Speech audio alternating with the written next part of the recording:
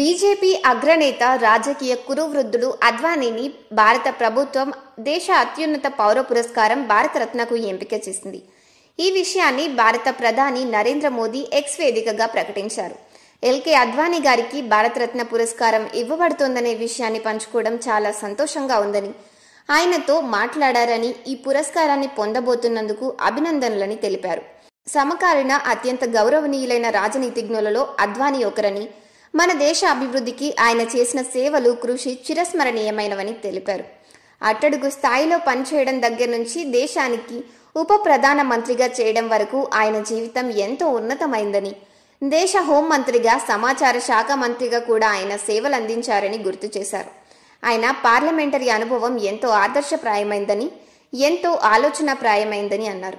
సుదీర్ఘమైన దశాబ్దాల ప్రజా జీవితంలో ఆయన అనుసరించిన పారదర్శకత, సమగ్ర రాజనీతిలో